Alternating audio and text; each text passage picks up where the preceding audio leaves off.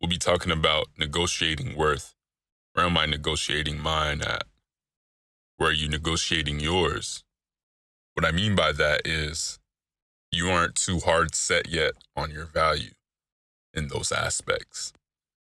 It could be literal. So, say if you're working a job, you're negotiating the prices of your work, your workload. It could be something more mental. So, where do you negotiate with you following through on the promises you've made with yourself, your disciplines, things of that nature?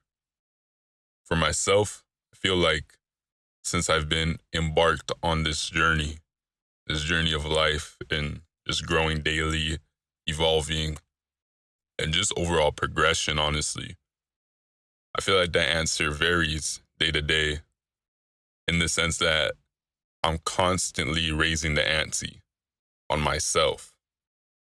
So it's hard to say like a set in stone thing that I'm still negotiating my worth with. Rather, I know where I am not negotiating my worth.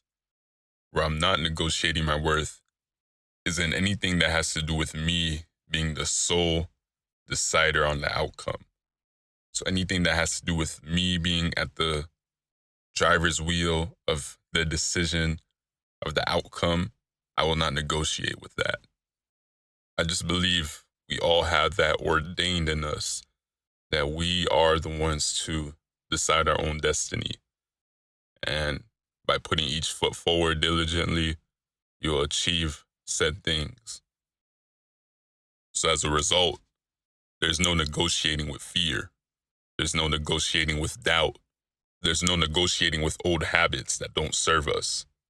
There's no negotiating with people that don't add to you instead of taking away.